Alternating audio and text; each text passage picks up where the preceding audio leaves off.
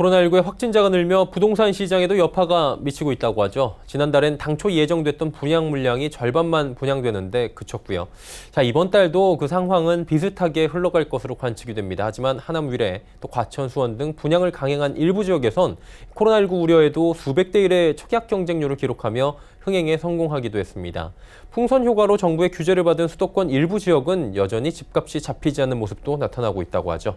자세한 소식 부동산 팀의 서울석용, 지혜진 기자 전화 연결해서 들어보도록 하겠습니다. 두 분 안녕하세요. 안녕하세요. 예, 지혜진 기자부터 먼저 이야기를 좀 나눠볼 텐데 코로나19 청약 시장에 영향을 좀 줬다고 볼 수 있는 건지 이 부분 어떻게 봐야 될지 먼저 얘기 들어볼까요? 네, 여전히 청약 시장에서 중요한 건 입지나 단지 선호도입니다. 하지만 코로나19도 일정 부분 청약 양극화 현상에 영향을 미치는 것으로 보이는데요. 부동산 114 김은진 리서치 팀장은 과천, 수원, 위례 등은 기존에도 워낙에 잘 되던 지역이라 코로나 확산과 상관없이 청약에 몰리는 인파가 많다고 설명했습니다. 다만 적극적으로 홍보에 나서야 할 비인기 단지들이 코로나 때문에 발이 묶이면서 양극화가 더 심해지고 있다고 분석했습니다. 기존에 인기가 높은 수원이나 위례 지역은 코로나19 악재 속에서도 좋은 청약 결과를 거뒀는데요. 대표적인 게 지난달 18일 1순위 청약을 받은 수원 매교역 푸르지오 SK뷰입니다. 이 단지는 1순위 마감에 성공했는데요. 426가구 모집에 115만 6,505명이 몰리며 1순위 청약 경쟁률에서 145.7대 1을 기록했습니다. 이 단지는 코로나 여파로 오프라인 견본주택 대신 사이버 견본주택을 운영했는데요. 그런데도 올해 수원시에서 최고 경쟁률을 기록했습니다. 당첨자 발표도 나왔는데요. 당첨자 중에는 청약 가점 만점에 해당하는 84점을 가진 수요자도 있었습니다. 이에 반해 같은 날 1순위 청약을 받은 경기도 양주시 양주 옥정 유림 노르웨이 숲은 1순위에서 모든 유형이 미달돼 2순위까지 청약이 이어졌습니다. 최종 결과는 1,085가구 모집에 1, 2순위 통합 912명이 신청하며 평균 경쟁률 0.84대 1을 기록했습니다. 이 단지는 코로나 확산 우려에도 안전을 기해 오프라인 견본주택을 운영했는데요. 흥행에는 실패했습니다. 유림 노르웨이 숲 분양 관계자나 전문가들은 어느 정도 이 같은 흥행 실패를 예상한 분위기입니다. 양주 옥정 신도시 자체가 경쟁률이 그다지 높지 않은 지역이라는 건데요. 다만 분양 관계자는 해당 단지 주변에 교육 환경이 잘 갖춰진 만큼 정당 계약 이후 무순위 청약 매물을 노리는 사람들이 있을 것으로 보고 있습니다. 이뿐만이 아닙니다. 지난달 27일 1순위 청약에 나선 위례 신도시 중흥 S클래스 단지도 코로나 여파로 오프라인 견본주택을 열지 못했는데요. 그런데도 1순위에서 무난히 마감했습니다. 426가구 모집에 44,448명이 신청하며 104.3대 1의 평균 경쟁률을 기록했습니다. 반면 동부건설이 제주 서귀포시에서 첫 선을 보인 서귀포 동홍동 센트레빌은 24일 1순위 청약을 받았는데요. 202가구 모집에 1, 2순위 모두 합쳐 145명이 신청했습니다. 전체 0.71대 1의 경쟁률로 미달된 것입니다. 예, 이러한 청약 시장의 양극화, 지금 미달과 수백 대 1이 나왔는데 이게 어제 오늘 일은 아니긴 한데 지금 시국이 시국인지라 수백 대 1의 경쟁률은 우리가 어떻게 해석을 좀 해봐야 되는 겁니까? 네. 최근 청약 경쟁률이 수백 대 1로 치솟은 데는 시세보다 분양가가 저렴한 이른바 로또 분양 내지는 로또 청약 단지가 늘어난 것이 영향을 미친 것으로 보입니다. 높은 시세 차익을 기대할 수 있는 단지가 늘어나면서 견본주택을 보지도 않고 청약을 하는 사람들이 증가한 영향도 있습니다. 최근에는 과천 지식정보타운에 들어서는 과천 제이디자이와 서울 강서구 마곡 9단지가 로또 단지로 꼽히는데요. 이 단지들은 모두 공공택지에 마련돼 분양가 상한제가 적용됐습니다. 그렇다 보니 시세의 절반 수준의 분양가가 책정되며 많은 수요자의 이목을 끌고 있습니다. 과천 제이디자인은 이미 특별 공급부터 전체 25대 1의 경쟁률을 보이며 흥행을 예고했습니다. 오늘 1순위 청약을 마감했는데요. 특히 과천 제이디자인은 전체 물량의 80%가량이 신혼부부, 생애 첫 내 집 마련, 노부부 가구 등을 위한 특별 공급 물량입니다. 일반 분양 물량이 적은 만큼 높은 경쟁률을 기록할 전망입니다. 분양 가격은 전용 59.9제곱미터 A형 기준 5억 3,720만 원입니다. 발코니 확장비를 추가하면 5억 4,800만 원 수준입니다.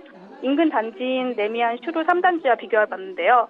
레미안 슈루 전용 59제곱미터는 지난달 초 12억 2,700만 원에 거래됐습니다. 이를 보면 과천 제이디자인은 인근 단지에 절반 가격에 분양된다는 것을 알 수 있습니다. 또 다른 곳인 마곡 9단지는 오는 16일 1순위 청약에 나설 예정입니다. 이곳도 저렴한 분양가로 수요자들의 기대감이 큰 분위기입니다. 궁금한 건 청약시장 이런 양극화가 좀 계속해서 이어질 것이냐 이 부분일 것 같은데 전문가들은 어떻게 보고 있습니까? 네, 전문가들은 시세 대비 저렴한 분양가가 책정된 단지 위주로 수요가 몰릴 것으로 분석했습니다. 송승현 도시화경제 대표는 코로나19 여파로 경기가 좋지 않은 상황이라며 코로나19 사태가 장기화된다면 수요층이 짙었지 않은 지역은 매수 심리가 위축될 수 있다고 지적했습니다. 이에 따라 미분양 물량도 많이 발생할 수 있다는 분석입니다. 이에 따라 송 대표는 보수적으로 자금 계획을 세우고 청약 계획을 잡아야 한다고 조언했습니다. 코로나19 여파로 공적 자금 투입이 늘어나고 개인이나 기업의 대출 확대가 불가피한 상황에서 정부가 부동산 대출 규제를 지금보다 더 강화할 수 있다는 전망 때문입니다. 네, 청약시장 양극화와 함께 지혜진 기자와 이야기 좀 나눠봤고요. 오래 기다렸어요. 설성훈 기자 잠깐 연결합니다. 지난달 정부가 수도권 집값 과열을 지역을 조정 대상 지역으로 지정을 했습니다. 수원, 의왕, 안양 쪽에 지금 일부 구를 지정을 했는데 이들 지역의 아파트 값은 변화가 좀 있습니까? 예, 조정 대상 지역으로 지정된 수원과 의왕, 안양 지역은 지난달 20일 정부의 부동산 대책 발표 이후에도 여전히 오름세를 보이고 있는데요. 수원시 영통구 의이동 광교 해모로 아파트 전용 면적 84.8제곱미터는 220 대책 이후인 2월 27일 6억 3,500만 원에 거래됐습니다. 이 평형은 1월 초 5억 2,500만 원에 거래됐는데요. 정부가 집값을 잡기 위해 220 대책을 내놨지만 한 달 만에 1억 1,000만 원이나 올랐습니다. 의왕시 집값도 꾸준히 오르고 있는 모습입니다. 의왕시 내손동 포일자의 1단지 전용 면적 84.9제곱미터는 지난달 22일 8억 9,700만 원에 거래됐습니다. 작년 12월 초에 이 평형은 7억 7,900만 원에 거래가 됐는데 두 달 만에 1억 2천만 원이나 뛰었습니다. 안양시도 분위기 비슷한데요. 안양 동안구 호계동 목련 두산 아파트 전용 면적 161.7제곱미터는 지난달 25일 12억 8,500만 원에 거래됐습니다. 작년 9월 이 평형은 11억 7천만 원에 거래가 됐는데요. 5개월 만에 1억 1,500만 원 상승한 겁니다. 한국감정원 주건 아파트 가격 동향에 따르면 수원의 경우는 2월 24일 기준 1.56% 상승세를 보였습니다. 전주보다 다소 내렸지만 여전히 높은 오름세를 보이고 있고요. 안양도 마찬가지입니다. 아파트값 변동률이 0.41%를 기록하고 있는데 지난주보다는 조금 내려갔지만 아파트값 상승은 여전히 유지되고 있습니다. 의왕시는 꾸준히 상승폭을 유지하고 있습니다. 이번 주 0.51% 상승했는데요. 지난주엔 0.38%, 지난주에는 0.27%를 기록하는 등 상승 곡선을 보이고 있습니다. 예, 그리고 전문가들이 꾸준히 좀 우려하고 있었던 게 특정 지역을 잡기 위해서 규제를 하게 되면 또 다른 지역이 가격이 오르게 되는 이른바 풍선 효과가 나타날 수 있다고 하는데 집값 급등 지역이 또 나타나고 있습니까? 예, 규제를 비켜난 지역에서는 말씀대로 풍선 효과가 나타나고 있는데요. 대표적으로 인천입니다. 인천광역시 연수구 송도동 송도 더샵 퍼스트파크 전용 면적 84.9제곱미터는 지난달 24일 8,300만 원에 거래가 됐습니다. 이 평형은 1억 7,100만 원으로 거래돼 한 달 새 1억 2천만 원이나 뛰었습니다. 인천에서는 이렇게 상승세를 보이는 지역이 여러 곳에서 나타났는데요. 인천시 연수구 더샵 그린 스퀘어는 지난달 25일 전용 면적 115.7제곱미터가 8억 2,500만 원으로 거래가 됐습니다. 지난해 말 6억 5천만 원으로 거래됐던 물량이 2억 원 정도 상승한 겁니다. 정부가 수원과 안양, 의왕 등 수도권 일부 지역을 규제하고 나섰지만 인천 아파트 값은 오름세를 보이고 있습니다.